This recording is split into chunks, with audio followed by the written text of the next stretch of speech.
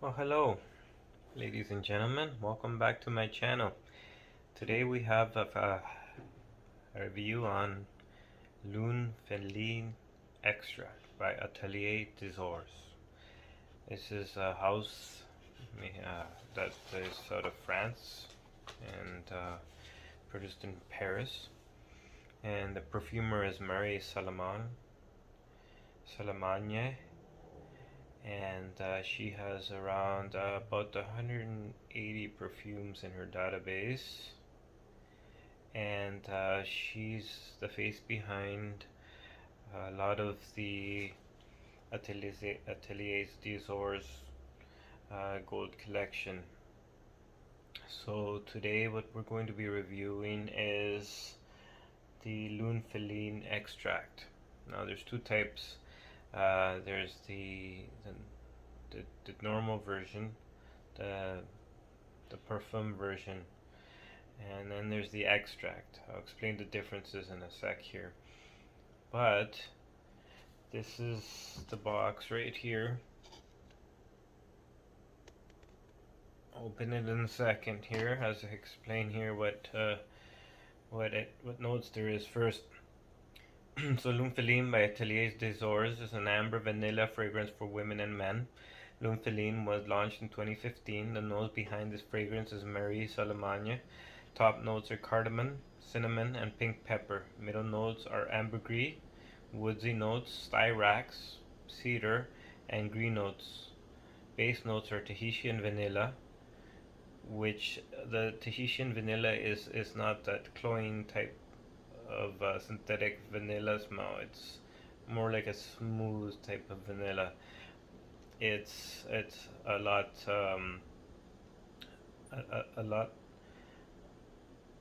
a lot better to take in. It's very smooth. And then we have Peru balsam and musk. So Lune Feline radiates seduction and temptation. Like a magnetic star, it captures everyone's attention. It is a symphony of dark and luxurious notes inspired by the moon. This is where lune comes from. The word lune comes from in Spanish or Latin. Lune Feline. This is French, so cat moon. And so its dark and luxurious notes are inspired by the moon. The fragrance opens with vibrant accords of warm spices, melting with intense and precious woods at its heart. A dark and animalistic scent based on vanilla pods and sensual orchid warmed with balsamic notes and musky accords. These notes convey a rich gourmand trail. So we have some pictures here in regards to the top notes, middle notes, and base notes. The top notes would be cardamom, cinnamon, and pink pepper. And then the middle notes are ambergris, woodsy notes, styrax, cedar. Green notes, Tahitian vanilla, Peru balsam, and musk. Now, regarding the pink pepper, when I first sprayed this, I could really get it in the scent on the top notes. The pink pepper is other names are pink peppercorn, bays, roses, and it's a group of spices, a fresh spicy floral and herbal top note with a rosy nuance. Here's some pink pepper. I like to explain some of the notes in case some people don't know really what they are. And in regards to the middle notes, ambergris comes from sperm whales. It comes from the digestive systems of whales. They cough it up. They basically like puke it up onto the ocean floor, and it's very expensive. It has a salty, oceanic type smell. It's very expensive. Styrax. Styrax is a group of resins and balsams. It's a dry balsamic note with floral and woody nuances depending on the method of extraction. So you can search this perfume note in combination with other notes. So This is Styrax. Styrax, I wanted to show you that because I wasn't too familiar with it myself, and it has green notes. And the Tahitian vanilla, this is another interesting one that makes this scent truly unique. It's an ever popular fragrance note, it's mostly known through its synthetic variant vanillin, which is sweet, cozy, comforting, and pleasing, like a cookie baking feeling to it. Alongside amber, the reference note for the Oriental family of scents, the most famous classic being Shalimar. The real vanilla pod has darker facets that recall treacle and booze with off notes. Simple vanillas. Um, Examples like Victoria's Secret Love to Dream, Charlie Touch, TBS Vanilla, Cloudy Vanilla Musk must have become increasingly popular with the adolescent market, giving rise to the ambiguity of the gourmand category of scents, which complex, earthier vanillas are appearing steadily in the niche sector. Spiritus Double Vanilla by Guerlain, Tijota Indult, Montal Vanille Absolute. They have this type of vanilla. Okay, so in regards to the extract, what we're going to talk about today, well, this is a more of an intense form of this fragrance, and it's enhanced in every way, more than the original. Lune Feline extract remains a dark animalic scent based on vanilla pods and sensual orchid, warmed with balsamic notes and musky chords. These notes convey a rich gourmand trail. This extract version is blended at 30% concentration. That ensures a more seductive experience. Expect a fragrance that walks closer to the dark side of the moon with this dramatic take on one of our most beloved scents. So this goes for €350. That's about 470, 480 Canadian dollars. So it's not cheap. So I might as well get to the scent. I'd like to show you a couple of other things as well, since we're talking about gold here. So this is the bottle, the box, and then it comes in that box there. It has a seahorse as a emblem, and you can open it like this, and there you go. So you can see the gold flakes, but I'll shake it up quite a bit here so you guys can see what it looks like. So the back of the package is like gold. The cap is interesting. It's heavy. It's made of some type of ceramic, and it has a seahorse. Once again, I don't know if you can see it very well there, but it has a seahorse. And if you shake it, the bottle, it's truly mesmerizing, this thing. Those are all 24 karat gold flakes. And the interesting thing about this is that when you spray this thing, I'll show you my bracelet, since we're speaking about the gold. Wearing a big thick Cuban link bracelet. And when you spray this, believe it or not, you get gold flakes that come out. Let's see if I could get some on my hand here.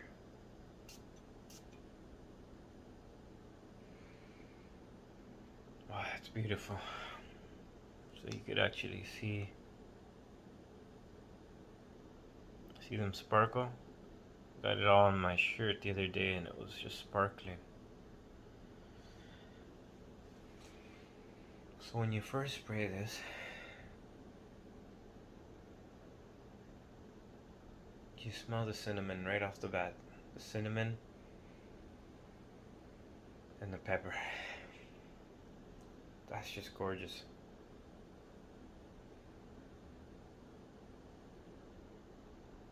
You smell the cinnamon, the pepper, and it's just like a balm. And then it's just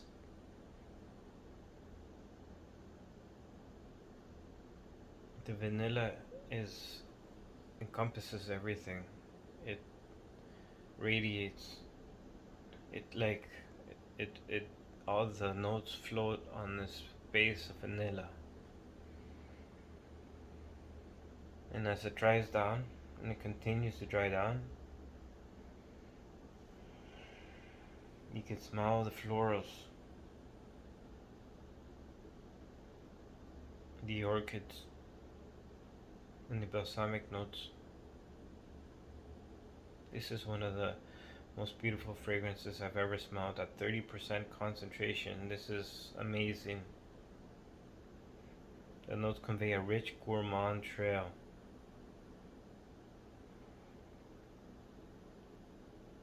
So that's Lune Feline. It's not cloying, a cloying, tooth decaying type sugary fragrance. This is a classy, fresh, gourmand, and deep down in the base, you have a really nice musk. And deep down, you can smell the ambergris. They use real fine ambergris. It's really beautiful. And the presentation, I would say is a 10 out of 10. That's just gorgeous. Now, the bottle itself is really heavy and it feels like a crystal. But it's really nice. It's really nice to have put up and by the light.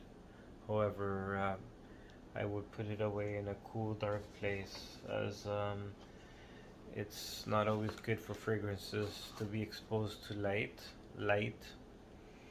and heat and moisture are the worst enemies for fragrances. And so, if you could keep them away uh, from these things, then they will last a lot longer. Usually people say that they would last, these type of fragrances can last up to 2 years, but they could last for years. Especially natural fragrances, they get better with age. But of course, they can lose their beneficial and olfactive properties if they're exposed to these degrading factors, environmental factors. So that's Lune Feline. I also wanted to share with you something interesting. Since my channel is not just based on fragrances, I wanted to show you something interesting, and it's what a gentleman can wear with a suit, or when he's wearing a jacket going out on a night out. And it's once again by the company called Tateossian of London. And Tateossian of London produces bracelets. They are known for their beaded bracelets, leather bracelets. They have silver. They have precious gems and emeralds, and they have sapphires, but they also make lapels, and they make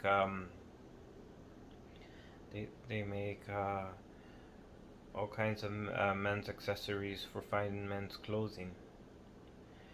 And I wanted to show you this beautiful rose. It's a rose gold lapel pin, and it has an enamel on it, enamel coating on that rose, and it's carved beautifully. And the bottom, Tateossian made it so the bottom pin can be locked. So you press up and push down, pull down, and it comes out. And then when you pull it up, push it up, it locks into place. So it has an internal lock. It's quite beautifully made. I think that's just a wonderful addition to any men's jacket. They have a rose one, and a red rose one, and they have a black rose one, and they're each worth about $150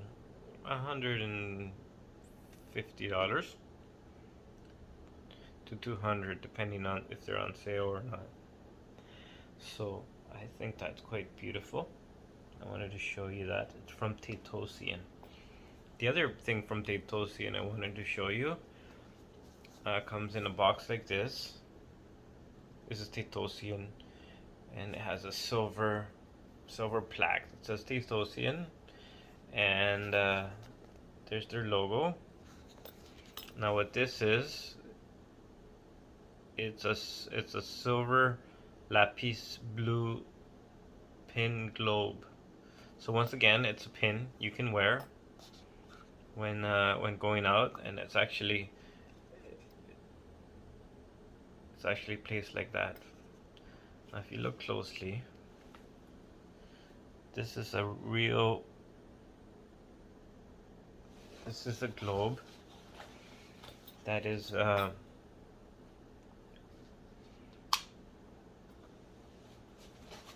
made out of silver and enamel, and it spins. So this is what it looks like. Isn't that beautiful?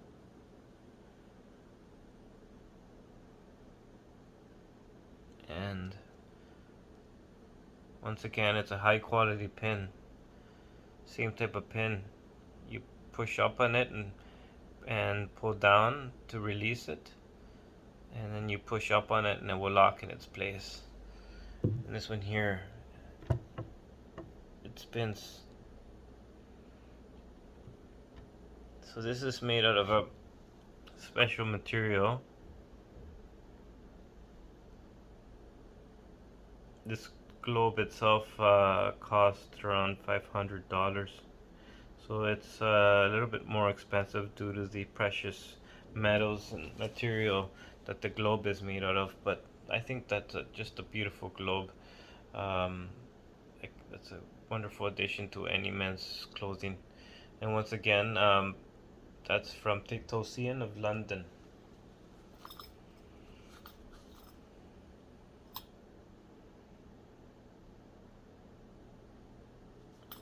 Yep. So that's that. I wanted to mention a couple things in regards to gold. You don't always have to pay full price retail for gold. You can get a good deal if you search for it, and you just got to be smart about what you're looking for and how to identify gold. First of all, if you're going to buy gold, make sure that you look at the characteristics that that gold has. There's a few tests you can do. First of all, gold is not going to stick to a magnet. If you come across a piece of gold and you have a magnet with you, and you bring the magnet in close proximity, and the gold attaches to the magnet, then it's not gold. The other test you can do is a test with lime, and you scratch the gold, and then you add the chemical, and if it changes color, then it's not gold. But this would damage the gold to a certain degree, even though you can tell. So what I like to do is I like to do the magnet tests, and I also like to, for example, I'll use this ring here. I got this from on sale. Actually, I got this used online, and it's a Michael Hill jewelry ring. It has like about 21 diamonds, like 0.3 carats each, and it was pretty dirty. I didn't know whether it was real gold or not. So how can you tell if it's real gold? The guy wasn't selling it, wasn't giving it away. He wanted $800. It was all dirty. It needed some cleaning up. So I cleaned it up a bit so I can see what was going on with it. And one of the things manufacturers like Ben Moss or Michael Hill Jeweler or People Hills Jewelers have is their markings. For example, this one has Michael Hill Jewelry MHJ, and it's imprinted in one corner. And another thing that they would definitely need is the number of that marks the gold. Like 10 karat gold has a marking of 416.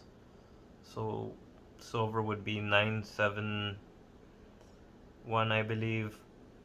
18 karat gold would have another number marking. So they would have the number, the manufacturer's name. Sometimes they would have the size, but they would definitely have some type of marking.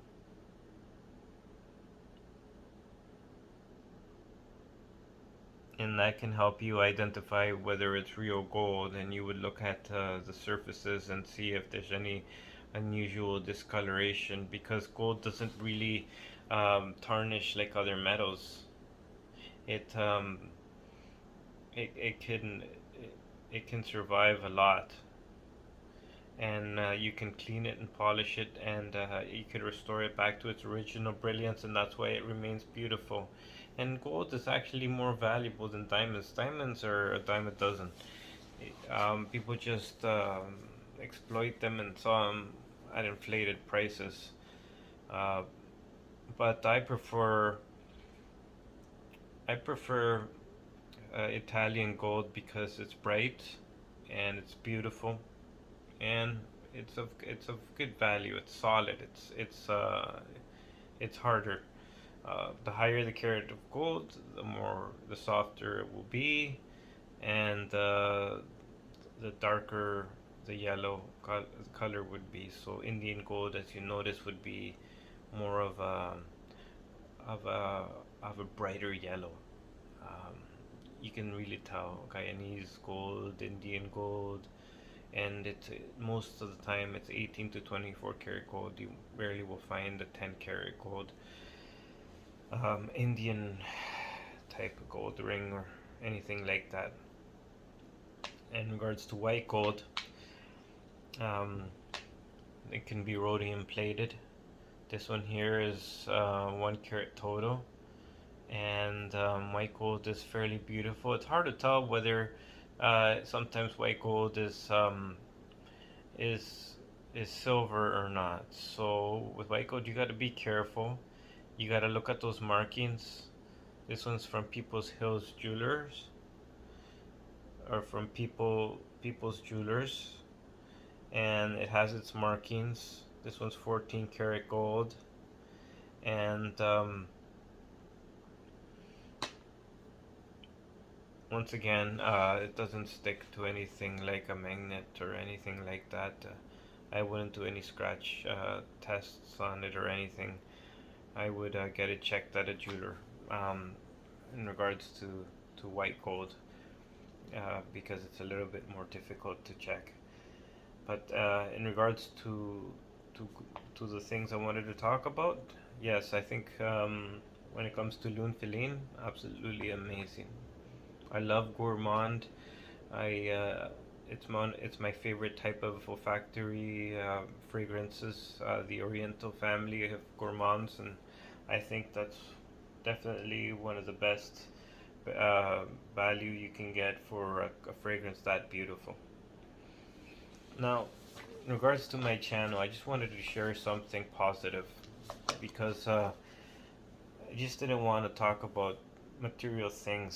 So I wanted to talk about something simple for people to take home and to think about, and so they could apply in their lives and feel more positive, and and also maybe they can help others with. So this is a little something I have here. It's called the journey of life, and these are 10 fundamental principles for reducing stress in our lives.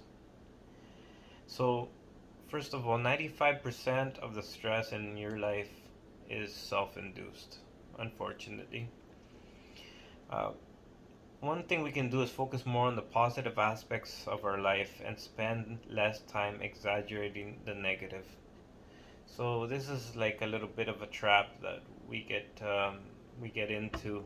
Uh, we tend to focus on the negative not because we want to, but because it seems like it's easier to fall into. And when there's other negative things that have been going on in our life, it is something like a downward spiral that's created, and it's one thing that drags another thing that drags another thing with it, and they're all they all are in similar nature, and they're all negative things, and they're all toxic. So, okay, number two, stuff happens, learn from it, but do not replay bad experiences over and over again. So once again, this kind of goes back to what we were talking about. Um, but this is the point of this one here, I do believe, is that we can actually make a choice, and if we truly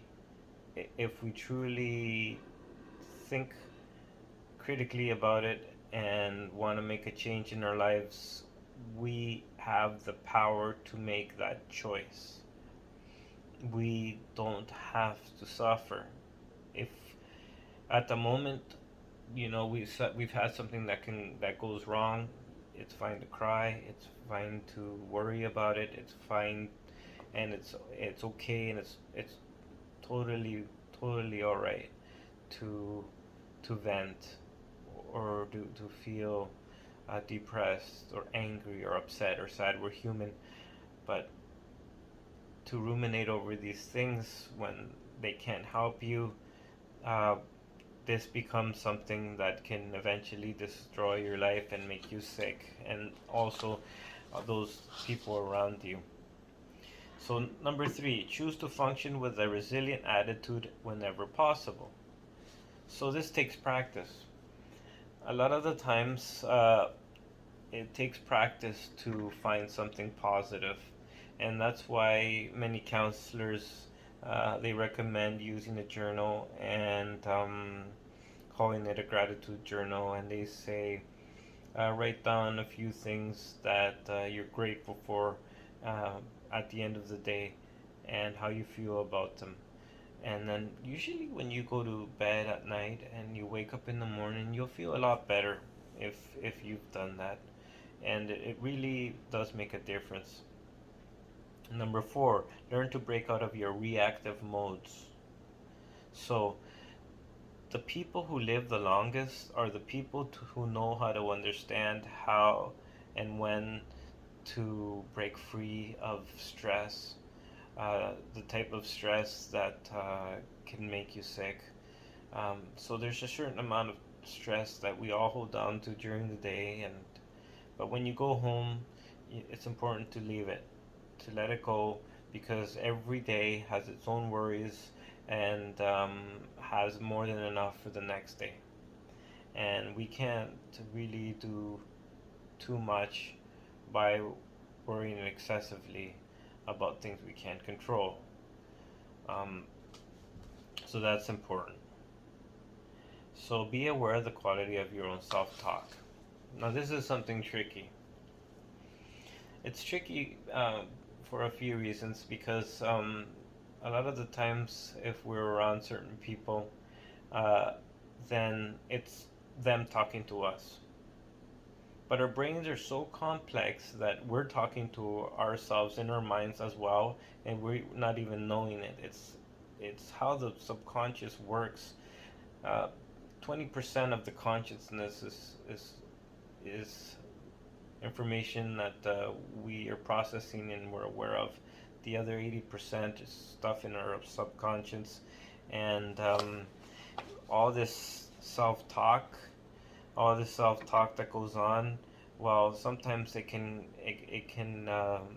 be swept away, and without us even knowing, into our memory centers and into our me feelings and emotions, and into most of our time. And when you least expect it, we've spent days like that, then maybe weeks like that, and then after, then we might have fall into a depression, or we might make a decision we will regret, or we might hurt somebody we love, which is the sad part.